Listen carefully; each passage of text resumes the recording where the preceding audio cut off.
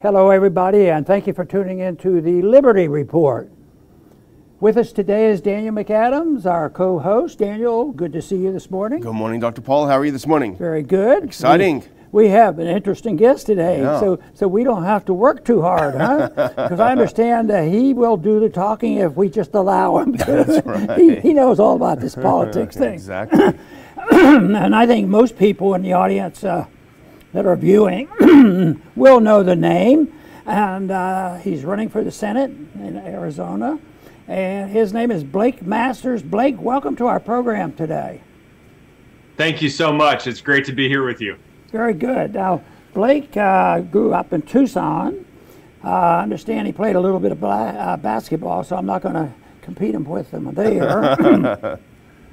And he's been to school. He went to Stanford, so I guess he's Stanford. That's a challenge, isn't it? Yeah, that's a rival to my Bears. Yeah, well, and he's also been involved in finances, and I understand he understands that. So I'll tell you, Blake, well, I guess if we can just get you into the Senate, you'll probably have the budget balanced in no time. And well, we just need to find people whose goal that might be, but we're pretty realistic about how locked in we are into a system of government that has been bipartisan for a long time and spending continues.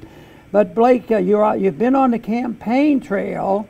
How long have you actually been active campaiging for this seat? Since July of last year. So It's been over a year, and you were just asking me before the show started, was I having fun? I am having fun. You know, we've been at it for a long time, but just getting to meet people and hear their stories, right? And it's frustrating, of course, because things aren't going so well under Joe Biden and his administration. We'll talk about that. But campaigning's been an absolute honor, and I think we're going to close it out in 2 weeks with a victory. Oh, that's very, very good. You know, our program, sometimes when we're reporting all the news, whether it's COVID or useless wars, you know, it's all negative, but we always find a positive thing to say about it. And that's why I've always advised, if I happen to get a crowd of people out, I tell them, you know, this is a serious business and we have problems to face, but you got to have fun doing it or life gets too short. And yeah. I'm glad to hear you're having fun, but it's going to be a lot more fun. Let me tell you, I've been on the losing end and the winning end. I'll tell you what, it's a lot more fun winning. So we're really rooting for you. But you know, talking about a little bit of fun, I saw something this morning in the news. I'm just going to mention it, and then you might even have a comment about it. This was on Zero Hedge, an area where we get a lot of information, and the title is Pelosi admits Democrats need to change the subject from inflation. Wow, that is startling. I wonder who told her about this. But I think the neat part really comes later on when she explains this. Why would you do this? She says, well, the world is engulfed with inflation and we can't do much about it, so it doesn't exist and all that stuff. And then she concludes her statement, the fight is not about inflation. Oh, well, that's for sure they're going to lose the election. But she adds, it's all about the cost of living. So I thought, well, her economics seems to be a little bit confused. It's really funny, but it's also sad, right? Because the people in charge, it's either this, they have no idea what's going on, or they know perfectly well what's going on, but they don't care, right? And it's this age-old question, are they incompetent? Or, and I do think they're incompetent, is it worse than that? Are they also malevolent? My opponent, Mark Kelly's official explanation for inflation is, well, you see what happens is, all the greedy businessmen get together and they decide to raise prices at the same time. They're price gouging. It's their fault. It's the fault of capitalism. And I'm like, he either doesn't actually understand anything about capitalism or how markets work, and that might be it. But you know what? I actually think they are a little bit more clever than that. I think he just doesn't care. He knows perfectly well that this inflation was caused by surrendering our energy independence, right? By making us dependent on expensive energy abroad, and also mainly the money printing. The people in charge have printed and spent $6 or $7 trillion in the last 21 months. Did these geniuses really not expect inflation When the government prints $1 trillion, normal people understand very well that makes every dollar in your wallet worth less and less. So they're either lying to us or they're completely incompetent, or you know what I think it is? I think it's both. But I'm not surprised Nancy Pelosi doesn't want to talk about inflation, because she caused it, Joe Biden caused it, Mark Kelly caused it. I think the American people are sick and tired of it. Well, I'm glad you mentioned the monetary part of the inflation, because most people don't, and most Republicans don't worry about it either. And the Federal Reserve seems to get a little bit of a pass with conservatives and liberals.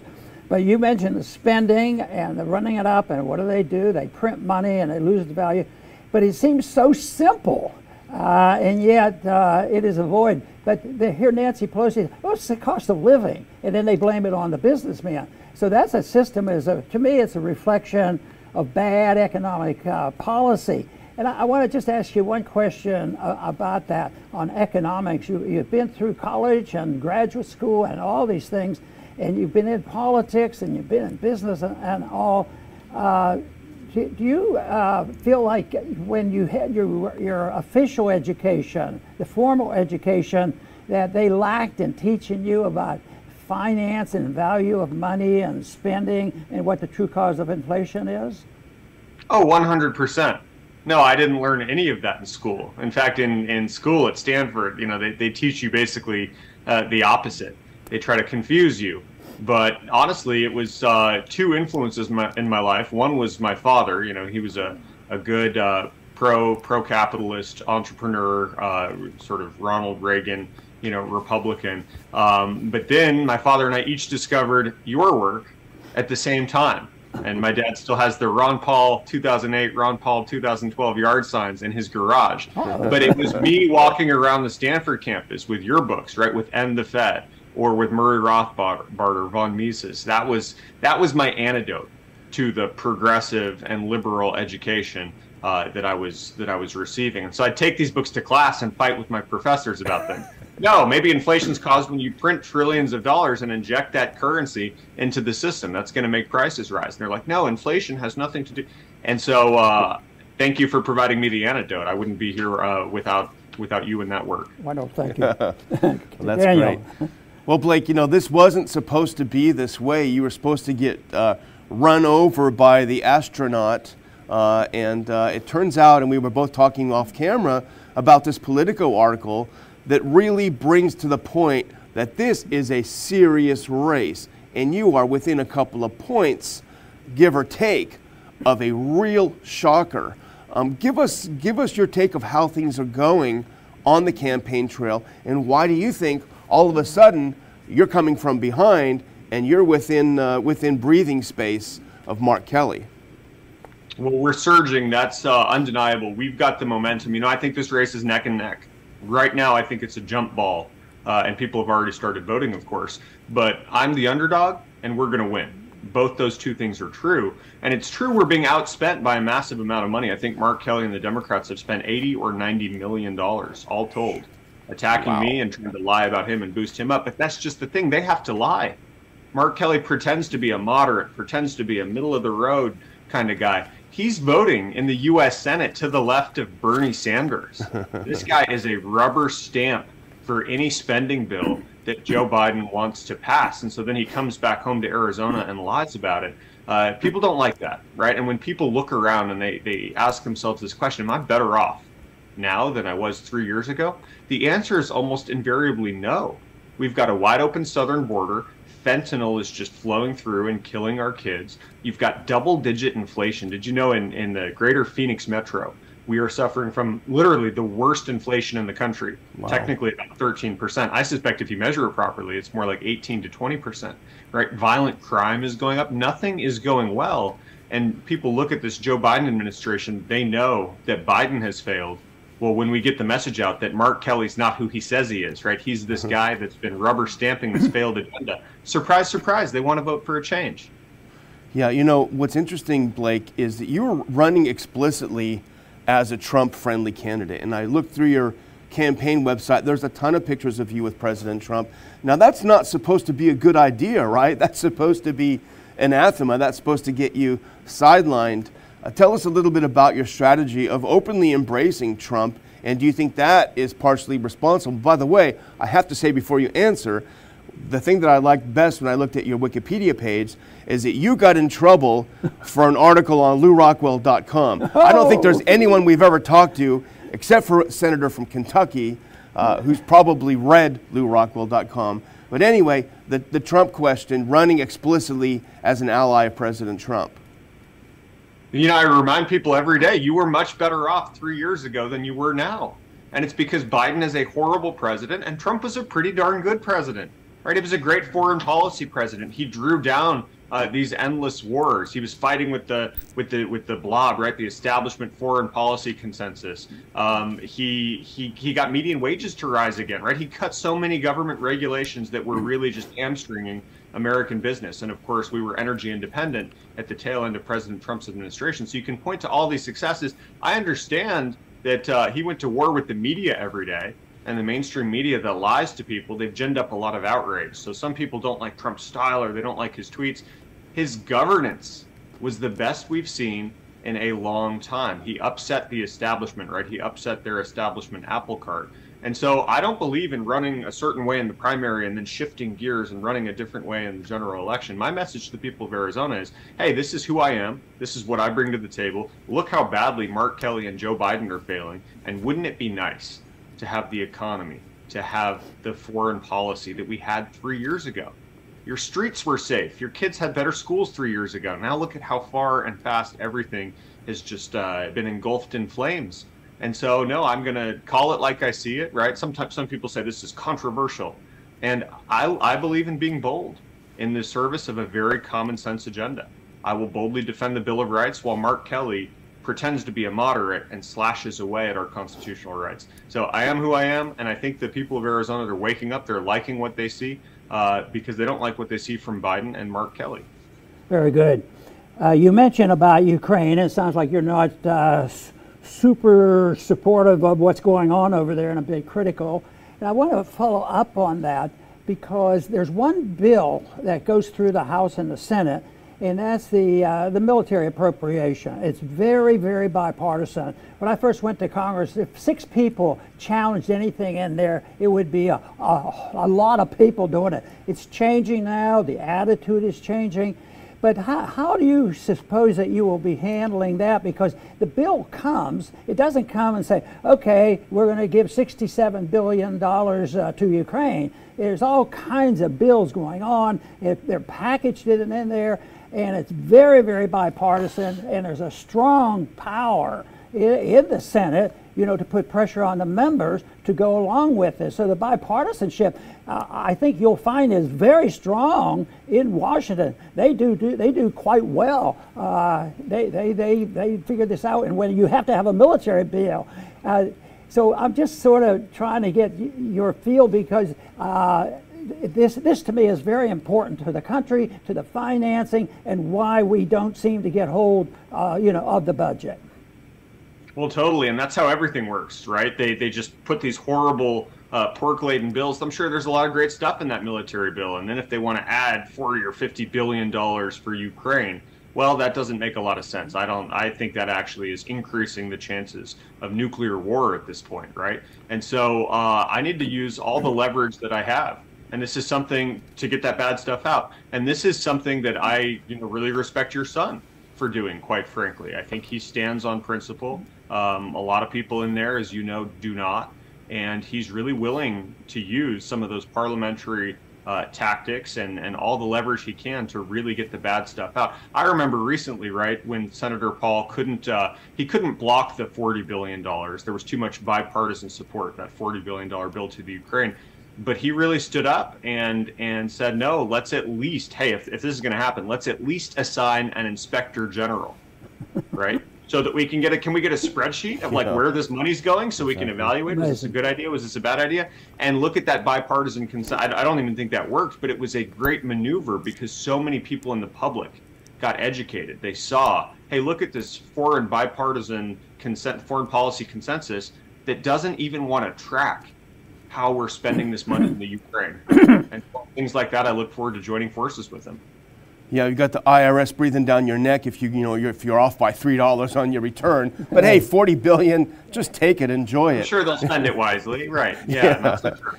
Well, I like this on your website. You said you want to protect us from the stupidities of the military-industrial complex, and that's a great point. As Dr. Paul has always said, we don't have a defense budget. We have a military budget. It's a budget for militarism. It's a budget for the global overseas empire that doesn't protect us whatsoever. As you rightly point out, our borders are not protected whatsoever, and meanwhile, we're spending $40 billion to protect Ukraine's borders.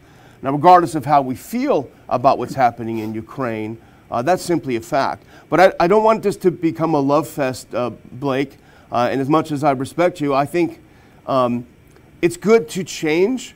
Our late good friend Walter Jones changed his mind about war and was very vocal about it. But I'm going to challenge you a little bit, if you don't mind. Back in March, you appeared on a tweet to be in favor of sending weapons to Ukraine, of sanctioning Russia. Do you see things differently now? And obviously the media, as you know, tells one side of the story. But do you see now, with some months having passed, do you see things a bit differently over there? Well, I actually don't think I said that we should send weapons. Okay. I mean, correct me if I'm wrong. I think I did in late February, early March, I thought sending humanitarian food, fuel, medicine, I think that can make sense. You can have a debate about that, by the way. I understand reasonable people can disagree. But I've drawn the line at weapons. I don't think we should be engaging in a proxy war in Ukraine. I do feel that even more strongly now, right? Because now you've got Biden sleepwalking us into something closer and closer to nuclear war, right? But I remember, there were many Republicans that were saying, sell them Javelin missiles, send them, F-14s. I don't think we should be doing that, and I'm pretty sure I didn't think we should be doing that in March. I've been a decades-long skeptic of U.S. over-intervention, right? Look, I want a lethal military, and I know you guys do too. We need a serious military for defense purposes. But, I was coming of age right in that Iraq war. Yeah. And look, they either lied to us about the intelligence, or the intelligence was just wrong, and we got into a war that turns out not to have made a lot of sense, right? And what a shame that was. Afghanistan, I think it made sense probably to go in 2001, of course, and kill some terrorists, but it was a 20-year war. There was mission creep. We started to be more concerned about nation building and exporting democracy, and the young ladies in Afghanistan getting properly educated. That's not the job of the military, of course. Yeah. And you looked over at Libya. Hillary Clinton destroyed it, right? It was worse now, it's way worse now, and more of a breeding ground for terrorism than it was even under Gaddafi, who, of course, is a horrible dictator, right? But our job is to not go abroad in search of monsters to destroy, to pull out that 100-year-old quote.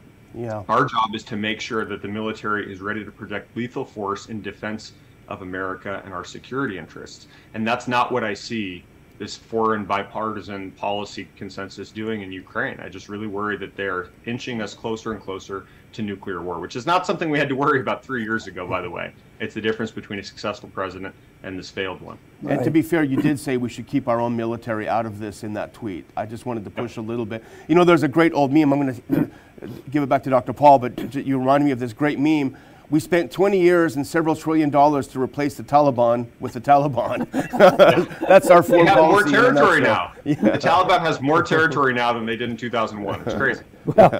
Well, Blake, that's the reason we draw sharp lines pretty early on, and that is non-intervention. So we don't have a whole lot of negotiation about, we'll cut out here and cut out here. No, we want to stay out of the affairs of other nations. It's in the Constitution, and that's what the founders advised. But one example of the incrementalism getting involved, one is the funding and designating how it should be sent, and that sort of thing. But we use now, recently, and the Republicans as well as the Democrats, they say, we work closely, Daniel, of course, worked with me in the congressional office. We work closely with the other side whenever we could find it. If you knew there was a Republican president, we could find progressive Democrats that would be willing to look at some of these military extravagance then. But one thing that some people who would be progressive and against war and would never vote for war, one thing that they would cave into, and a lot of people have caved into it, And I want you to look at this in an economic way as much as a foreign policy way. Now we have become careless at putting on sanctions, all the time. Sometimes they have so many sanctions on them, and then they do something to us. We'll put another sanction on them, that kind of stuff. And then on tariffs, you know, I know that things have changed in the last 10 years or so, that the American people, the Republicans and Democrats, the conservatives and liberal economists have all of a sudden accepted the stuff of tariffs and protectionism and sanctions. And I just can't see, because I say that if you put a strict sanction on somebody, it's a blockade. And if they did it to us, we'd be at war with them. So what's your opinion about these sanctions? Do you think they're overused, or do you think they're just unwisely used? I think both. You know, I think sanctions can make sense, but hey, look, they are, like you said, they are economic war. It's economic warfare, right? So if you need to do that because that's where you are geopolitically, hey, have no illusions that that's what you're doing, right? I think one huge problem with the sanctions that the Biden administration put on Russia was they unloaded everything right at the beginning, right? And they're threatening to take Russia off the SWIFT system, that just kind of excommunicate Russia from the world. And like, look, I think what Putin did to Ukraine is horrible, right? And I've condemned that. But if you push Russia out of the Western world completely, and there's no ability to sort of end this war, right? Everybody should want a peace deal between Ukraine and Russia imminently. But if you just push them over into the arms of communist China, that's not good for the long-term security interests of the United States. Plus, I think those sanctions mostly backfired. The ruble's stronger now than it was pre-invasion, right? And so I don't think the Biden administration is competent at this. I don't think they understood that they were wielding these tools of economic warfare. I think it backfired. Basically, I think they're massively incompetent and they don't know what they're doing. So I think sanctions should rarely be used, right? Only in the most serious situations. Same with tariffs. I mean, tariffs, look, I grew up steeped in this free market economic theory, and that's the default, right? I believe in free trade. I believe in fair trade. And to a first approximation, hey, no tariffs anywhere except maybe on communist China, right? Because there's no such thing as free trade with China if you've got a communist dictatorship that basically forbids private enterprise. Those are state-owned enterprises. They're dumping steel. They're putting their thumb on the scale. But should we have tariffs on anything coming from Vietnam? No, obviously not, right? That's a capitalist wonder, and we want to be realizing the benefits of trade with countries who are actually going to be liberal and free. Yeah, it's fascinating that all of the sanctions on Russia, and they're actually in much better shape than Europe, which is going to be freezing this winter. Talk about, as Viktor Orban of Hungary said, we shot ourselves in the lungs and now we're gasping for air, you know. But yeah, obviously we hate war. War is terrible, but you know, the Ukraine situation, I don't need to tell you, is a poster child for why interventionism is wrong. If we hadn't gone in 2014 and overthrown the government and put in our own puppet in place, we probably would not be having this war right now. Ukraine wouldn't have been in NATO. They wouldn't have been trying to get in NATO, and there wouldn't have been this sense of that there's an existential threat to Russia. So rightly or wrongly, you know, that's the situation. So it just shows the unintended consequences of interventionism. They can come years down the road. You know, as Dr. Paul always says, we overthrew Iran in 1953, and that's still coming back to haunt us. So non-interventionism solves pretty much every problem. But I wanted to ask you one thing, Blake, and that is something fascinating that Dr. Paul and I were talking about before the show. You know, we're all about coalitions. The Ron Paul Institute is all about coalitions. We have Dennis Kucinich on our board. We have conservatives like Judge Napolitano on the board of ours, and John Duncan, the former representative conservative from Tennessee, on our board. It's all about coalitions. And we were actually quite happy to see that Tulsi Gabbard is going to campaign with you in Arizona. I'm sure you've been watching this interesting political transformation of Tulsi, and we're big fans of hers. What do you make of it? I think it's fascinating, and I, of course, have a lot of respect for the Congresswoman. She's, she was one of the few, I guess she's not a Democrat anymore, but when she was and she ran for president, she was one of the few voices of reason in that party against excessive military intervention, right? Against the endless sort of warmongering. And I think that took a lot of guts. And then it especially took a lot of guts for her recently to just defect from the Democratic Party and say, I'm done, right? And she said, I haven't changed. But this party run by these militant left-wing activists, they really are totalitarians. She said they've just gone crazy and crazier, and the wokeness and the censorship, the authoritarianism, she's like, I'm done with it. I'm done with it. And so she's helping Republicans who, hey, we don't agree with her on everything. She doesn't agree with me on everything. But there's enough common ground. There's enough respect for the Bill of Rights and our constitutional republic and basic freedom, basic sanity, that she defected from her political party and came over and is helping us. I find that a remarkable profile in courage. And so I'm grateful for her help. Absolutely. Yes, you know, we started our program talking about inflation and studying the wisdom of Nancy Pelosi, which we didn't get very far. So I'm still looking for it. But, you know, and one of the things, Blake, that you mentioned is, yes, you run into this problem all the time, and they come back and they blame the corporations for raising their prices too much without realizing, you know, it's the dollar going down. So that's it. But there's a big thing going on there that I think if we don't recognize it and admit to it, is the monetary system is designed to help the wealthy, the people who have access to the credit. They get it first, and by the time it gets to the middle class, they corrupt the middle class and they go broke. And this is a problem that is legitimate. And if it's not fully explained, then we say, oh yeah, the corporations are doing pretty well, and they get bailouts. We don't even know how much bailouts they get. When you start looking at the XM Bank, they get bailouts there all the time, and it subsidize their exports. But what about when there's a crisis, of whether it's COVID or whatever, the distribution of these funds are totally secret. So I don't see how we can get a handle on one of the basic things going on here unless we say that we need to know a lot more about this Federal Reserve, because it's in a way, for me, it's an immoral, corrupt, unconstitutional system that does serve the very wealthy. And a lot of people right now see the difference. If you look at the statistics, half of the people in this country right now are living in poverty. Their wages below poverty. But for us to blow it off and say, it's not the corporations, then I think we're careless. I think we have to at least acknowledge that. Chris, Blake? Oh, I do too. I mean, you couldn't be more right. And indeed, it was 20 years ago. You didn't know it, but you taught me that. You know, I remember as a high school student reading for the first time about how the Fed works and open market operations, and here's how they just print money out of thin air. And it's like, well, wait, isn't that unfair? Because the government and their allies, they get to spend the money first, and that just causes inflation, a silent tax on everybody else, on everybody in the working class and middle class. And yeah, it's unfair, but it blew my mind that, hey, that's the way our system works. It's not honest, and surprise, surprise, it doesn't work.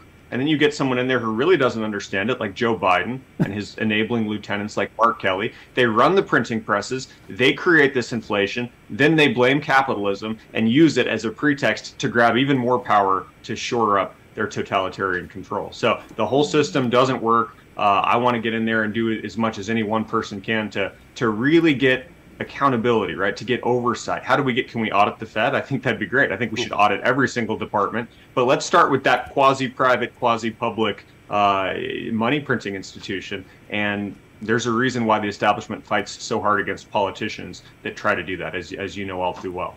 Absolutely. Yeah. Well, I'm just going to, my final comment, Blake, I'm going to confess I do have a bit of a conflict of interest, because with me, Mark Kelly is personal.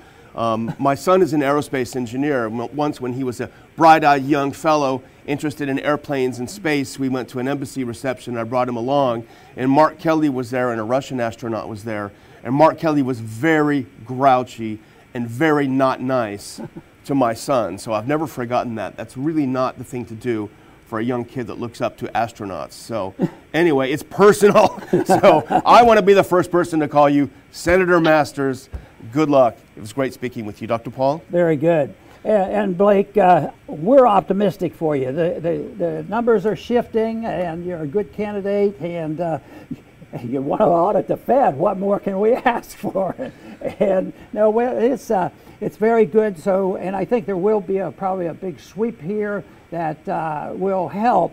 And I'm a realist, even though I'm a purist on what I believe in. I'm a realist in knowing what we can do. But I think people who say that they can target things well, you can't have 100%. I'm going to target my goals at 60%. But you've conceded 100% of the principle. So that's why I stick to 100% of the principle, and with a realization that as long as you move in that direction, matter of fact, I think we can do this on the budget. There are some programs that I just don't endorse, but I would vote for. You know, the thing of it is that in a libertarian society, you don't have the government taking care of every problem, every flood that occurs, and you know, all the bailouts and everything. But if it's obvious that the people are so locked into it and dependent on it, I say fund it, but pay for it by docking money going to Ukraine and a few other places, because there's places you can dock.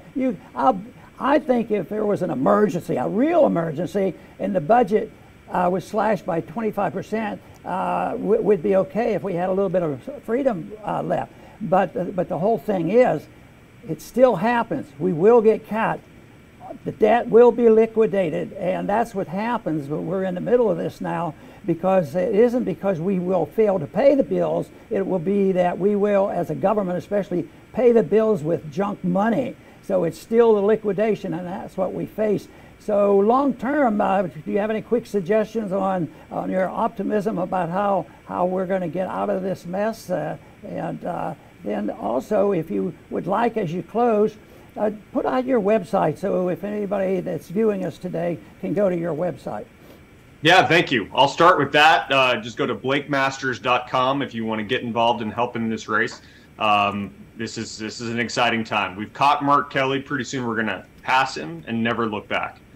Look, I believe in the balanced budget amendment, right? Now, I'm also a realist. I don't think we have the votes for that anytime soon, but it is common sense, and I will introduce it every year and fight for it until we get it. The government should not be able to spend more than it takes in, right? And this money printing ability, I think, is really it's really tricky, because a lot of people think the government is mostly financed through direct taxation, but it's not. Of course, they always have this avenue, this side route of being able to just print apparently unlimited, arbitrary amounts of money, and it's dishonest, it causes inflation, and it's stealing from the American people. So I'm going to do all I can to put a stop to that. I like what you said, though, as long as we're moving in the right direction, right? The problem is too many Republicans just want to play defense, and we just play defense, and then progressivism wins over time. Authoritarianism wins over time because we surrender the principle and they chip away at our freedom. No, I want to play offense. We believe in the Constitution. We believe in the Bill of Rights. We believe in freedom. And here's the agenda. Here's what we're going to do. And if the left wants to try to slow that down, okay, hey, that's politics. But as long as we are gaining on the field and not losing ground, then we're saving this country. And that's why I set out to do this. So here we go. And thank you so much for having me on. It's a real honor to speak with you. Very good, Blake. And thank you for being with us today. I'm sure our viewers have enjoyed the program. And I do want to express my appreciation to all our viewers for tuning in today. Please return soon.